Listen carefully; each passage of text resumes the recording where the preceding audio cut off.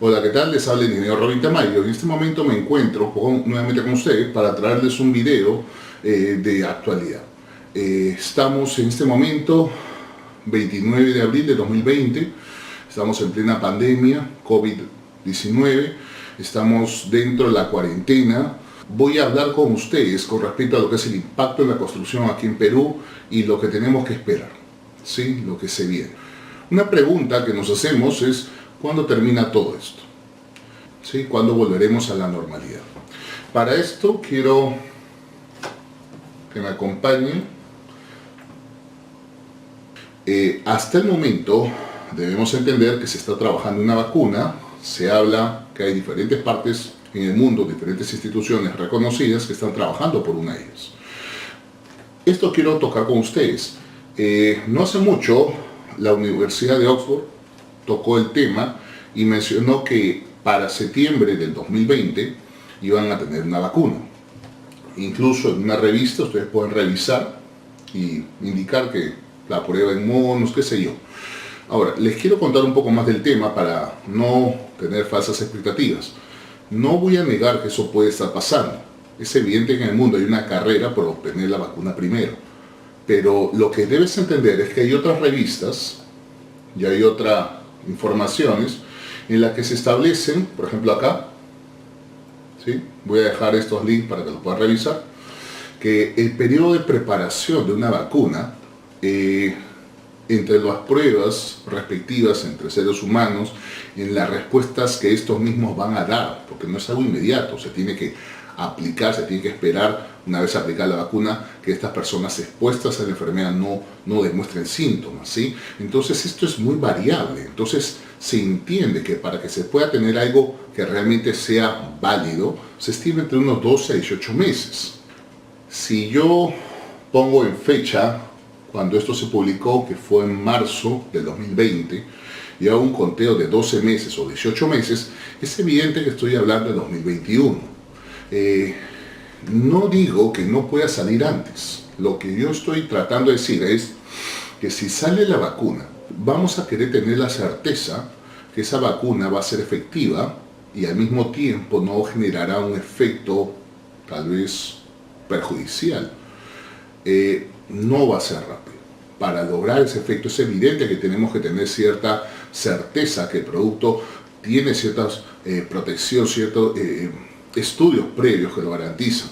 Y lo más seguro, y lo que concuerdan la mayoría, es que va a pasar por lo menos un año para que eso realmente se dé. Entonces, yo vuelvo al tema que me trae con ustedes. ¿Cuándo termina todo esto? Bueno, si somos sinceros, en el mejor de los casos, sin saber el mes, pero podemos decir que el 2021. Que en 2021 esto se podrá recuperar, ¿no? El estilo de vida que ya estamos acostumbrados. Sí, eso es algo que debemos ya entender y hacernos a la idea que vamos a volver a nuestras actividades y vamos a coexistir con el COVID-19 y tenemos que saber qué esperar. Justamente eso es lo que me trae en este momento con ustedes, porque qué cambios nos esperan en la construcción tras esa reactivación económica que el gobierno quiere impulsar. ¿Qué es lo que va a ocurrir ahora? Y quiero conversar con eso con ustedes. Primero yo coloco en este punto cambiando las reglas de juego, ¿sí? Es evidente que vamos a tener frente en este momento lo que se llama seguridad sanitaria.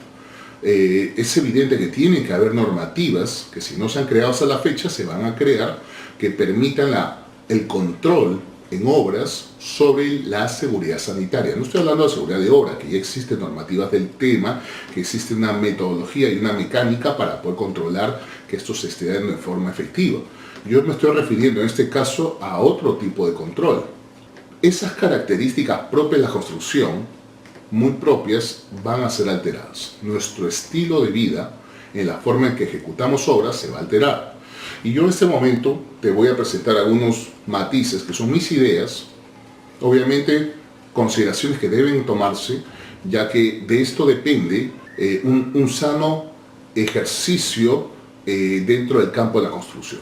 ¿Sí? Por ejemplo, lo primero que yo menciono son los famosos protocolos de seguridad sanitaria que se deben implementar en obras de construcción. Por ejemplo, ¿no? Lo primero son las famosas los implementos de seguridad que van a incluirse. Lógicamente ahora vamos a estar frente a la necesidad de contar con mascarillas permanentes, con guantes y otros elementos de protección.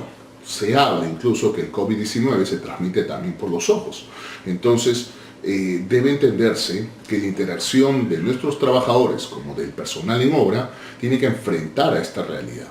Va a haber implementos de seguridad, tiene que mantenerse las famosas distancias mínimas. Y yo te he puesto fotografías en este caso porque todos conocemos el recorrer de los procedimientos constructivos a los que estamos familiarizados y sabemos que ciertos trabajos realmente se manejan de una manera estandarizada y que involucra una cantidad de cuadrilla, involucra una interacción entre los obreros.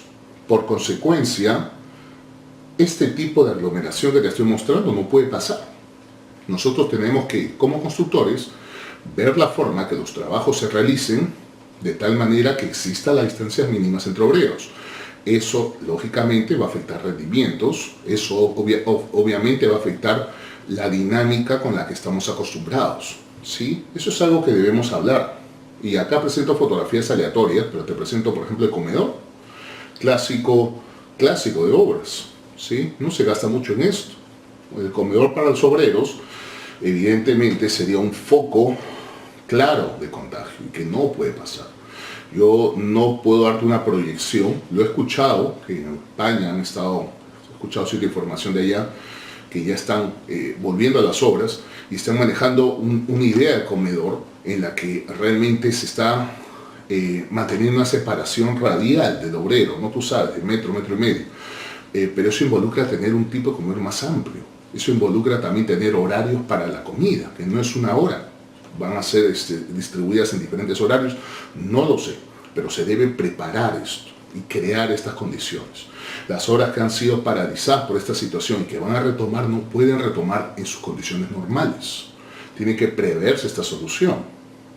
Yo te pongo acá nuevas políticas de higiene y lógicamente eso es algo que es característico de la construcción. Los baños, las instalaciones sanitarias como duchas no suelen ser muy privadas. Entonces, este tipo de cosas deben ser modificadas, ¿sí? Entonces, este tipo de situaciones no va a pasar, no puede existir, ¿sí? Debemos ser más conscientes que vamos a apuntar más al uso de baños individuales y al mismo tiempo la necesidad de cuadrillas de desinfección para los mismos que probablemente trabajen diariamente. ¿Sí? Si ustedes conocen un poco, saben que estos baños lógicamente se hacen un mantenimiento dependiendo del uso que se le da, de la concurrencia, pues semanal o quincenal o mensual, si estás en un campamento, cosas así, ¿no? Pero en este caso yo estoy hablando de una desinfección del espacio. Por consecuencia, debería considerarse este tipo de criterios para el buen manejo. Les cuento, la molestia el temor es que esto se haga mal, que la primera fase en la reapertura de las obras de construcción se haga mal. Y el temor es que eso pueda traer como consecuencia un rebrote y que la construcción sea mal vista. Si nosotros como constructores enfrentamos esto, que la responsabilidad de ejecutar obras ante la sociedad, y lo hacemos mal, estamos probablemente exponiéndonos a que el mismo gobierno considere solo obras vitales y la construcción sería seriamente afectada probablemente todo este año. Las expectativas sinceramente no son muy positivas y la situación es muy delicada, sobre todo cuando volvamos al campo, volvamos a las obras. Entonces yo estoy haciendo este video para que tú tengas conciencia de lo que debes hacer y lo que te debes cuidar. Ok, hablemos de los nuevos expedientes técnicos. Lógicamente debemos entender que el cambio no puede nacer en la fase de obra, ¿sí? Si estamos hablando de obras que han sido paralizadas por el tema del COVID, lógicamente al retomar las actividades tiene que adaptarse cambios en ese momento y la forma de tratar se manejará pues de acuerdo al criterio que se tome en ese momento. Pero para un proyecto que aún no inicia su etapa de obra, tiene que incluirse ya los criterios sanitarios que en su momento se darán. Estos cambios tienen que ser hechos entonces desde la visión de expediente, ¿sí?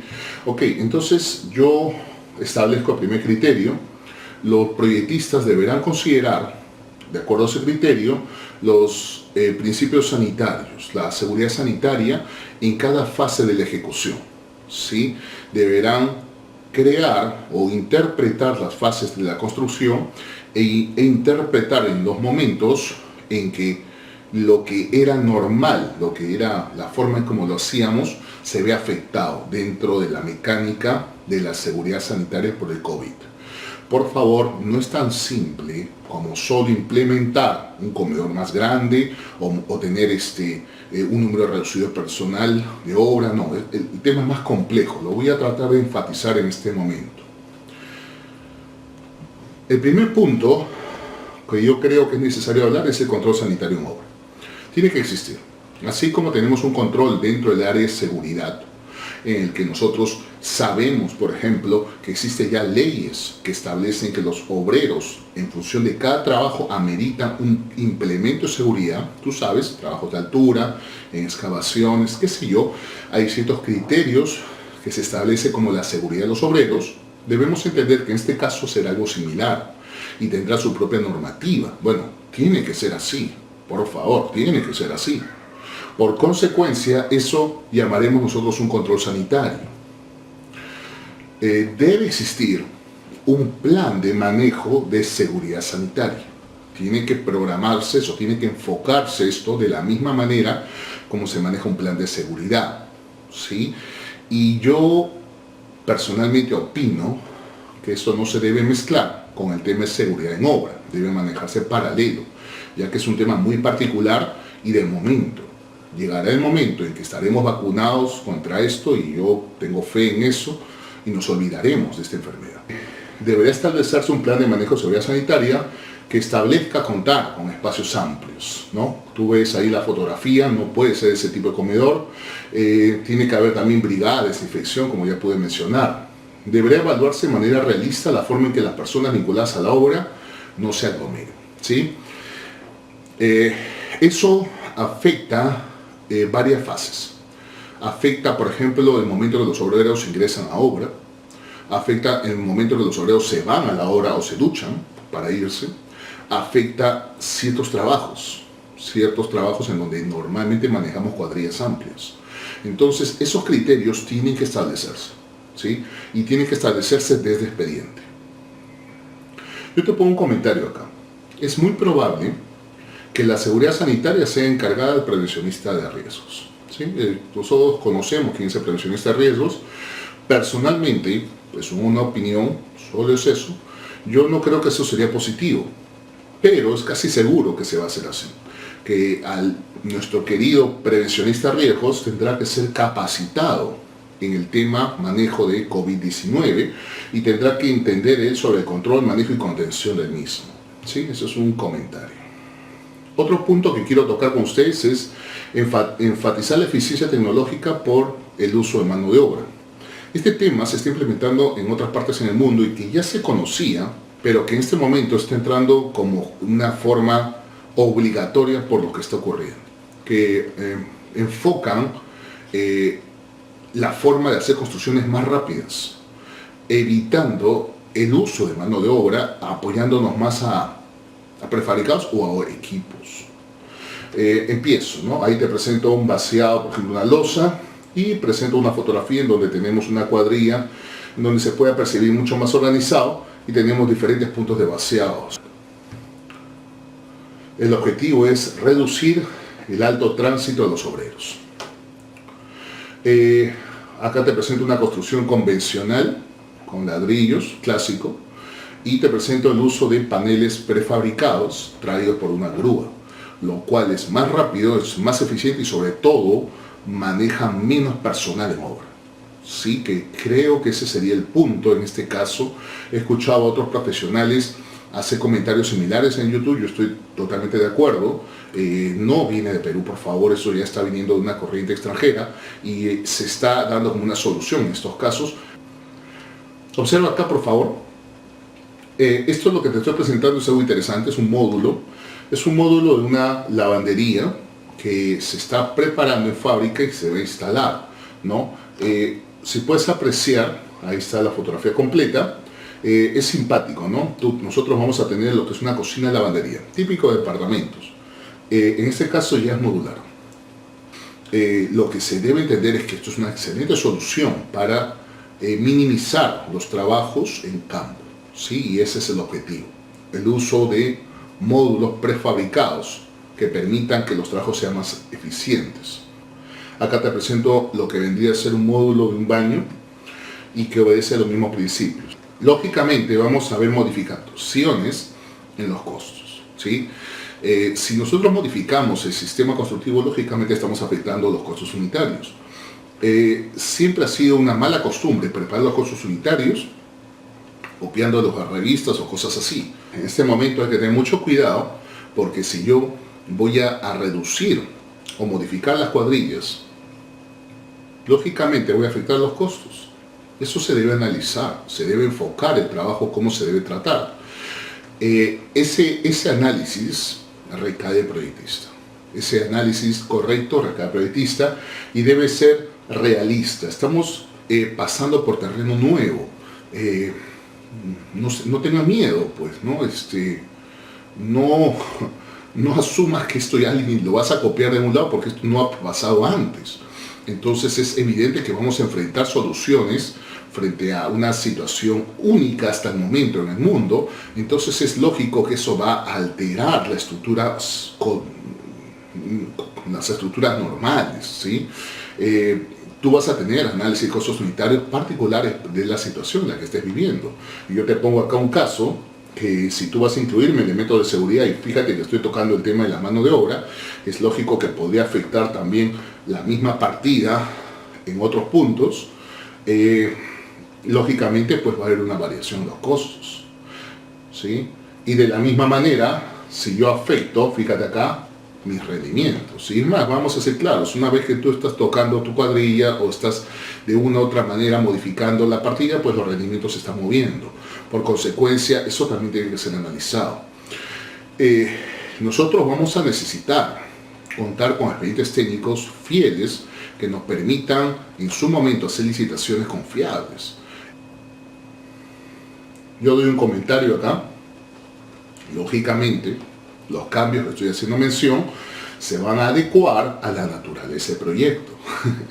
No podemos asumir que el hecho que haya cambios que estoy mencionando que sean más notables, por ejemplo, en edificaciones, ¿sí? En edificaciones se va a ver esto mucho por su naturaleza, no va a ser igual pues en carreteras, en donde la naturaleza del trabajo involucra equipo y que probablemente lo que acabo de mencionar no afecte mucho. O sea, los cambios que se están haciendo mención van a obedecer a la naturaleza del proyecto. No asumamos que la solución es única. Estas situaciones, vuelvo a punto, le dan bastante connotación a lo que se llama proyectista. Necesitamos contar con proyectistas experimentados para la realización de nuestros expedientes técnicos para que puedan abordar esta problemática. Sí, eso es importantísimo. Voy a tocar un tema candente. ¿Quién asume la responsabilidad en casos de contagio por negligencia? ¿Sí? Cuando nosotros encontramos que los criterios sanitarios se llevaron mal y encontramos que los obreros o el persona infectada ingresó en obra y esta a su vez propagó la enfermedad, ¿sí? Eso es lo peligroso. Entonces, cuando eso ocurra, ¿quién asume la responsabilidad? Cuando nosotros tenemos, y hago la comparación con un accidente en obra, pero es un daño centrado, me dejo entender, o sea, es un efecto de daño concentrado en lo que venía a ser la familia del accidentado. Pero en este caso no es así. En este caso la negligencia que puede ocurrir va a generar daño colateral. Y esto puede ser muy grande. Por consecuencia, esto es algo muy, muy serio. Es algo muy crítico. ¿Quién asumiría las responsabilidades en esos casos? Bueno, yo te lo presento acá. Por contrata, y a esto es lo que me refiero con que el contratista en este momento es el eslabón más débil de la cadena, lógicamente el peso de responsabilidad para un contratista acaba de incrementarse, porque en obras por contrata lógicamente va a ser él. Dice, la responsabilidad sobre la seguridad dentro de lo que vendría a ser en obra va a ser sobre el contratista. Esto siempre ha sido así y seguirá siendo, porque el contratista es el que maneja la dirección técnica en obra. Por consecuencia, a él se le va a encargar la responsabilidad de la seguridad sanitaria. Obviamente, no sé cómo funcionará, pero habrá un control. Pero aún así, el ejecutor de este plan de seguridad sanitaria será el contratista. Entonces, sobre sus lomos caerá esto. ¿Qué ocurrirá? No lo sé. No sé el tipo de responsabilidad. Sospecho que va a ser responsabilidades administrativas, civiles, y asumo que se incluirán responsabilidades penales, en este caso también, sobre esta situación. En obras por administración directa, ¿cómo ocurrirá? Para los que conocemos administración directa, sabemos pues que la entidad misma ejecuta su obra, ¿sí? Lógicamente, no hay contratista en estos casos. Lógicamente, en este caso yo pongo que la responsabilidad recaería sobre los funcionarios, ¿sí? Los funcionarios que mantienen cierta responsabilidad sobre la dirección o el control dentro de lo que sería esta función. Casi seguro la supervisión y la residencia serían afectados a nivel de responsabilidades. No me malinterpretes, a nivel de contratista también, pero en este caso es diferente. En este caso no es empresa, en este caso todo el peso recae a personas, ¿sí? Entonces, en administración directa hay que ver cómo se va a manejar, porque van a tener que haber las propias directivas en su momento que clarifiquen más estas cosas, pero habrá que esperar simplemente que estas obras realmente sean bien administradas, bien dirigidas, para que este efecto que estoy haciendo mención no ocurra. ¿Qué esperar? La etapa de reactivación económica debe empezar una vez termine lo que es la etapa de la cuarentena, ¿sí? Vamos a ver. Yo te presento acá a modo de conclusión. Lo primero que nosotros necesitaremos será la preparación de normativas, reglamentos sobre este tema, a nivel de gobierno principal. A nivel de gobiernos regionales, provinciales, locales, será la preparación de directivas, porque nosotros debemos entender que las características de nuestro lindo Perú son muy particulares dependiendo de donde tú estás. Las horas no son iguales. Si tú estás haciendo, o tú me estás escuchando y tú eres de la selva, o tú me estás escuchando y eres de la costa norte, qué sé yo, las particularidades de tu entorno son diferentes a las de Lima. Por consecuencia, los criterios que se deben implementar deben ser particulares. Yo me voy a aquellos lugares de Perú, que son los más pobres, en los que es un clásico que las obras sean manejadas netamente por obreros. Es evidente que tienen que pensar bien la forma como esto se va a manejar, sabiendo que la prioridad no es dar trabajo, sino la prioridad es evitar un rebrote, ¿sí? Entonces, espero que les esté sirviendo esta información, ¿sí? Espero que les esté sirviendo esta información y sobre todo, pues, que sea de utilidad, pues, para las personas que lo están escuchando.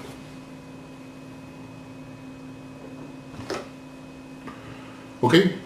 Muchas gracias, les agradezco su tiempo, muchísimas gracias.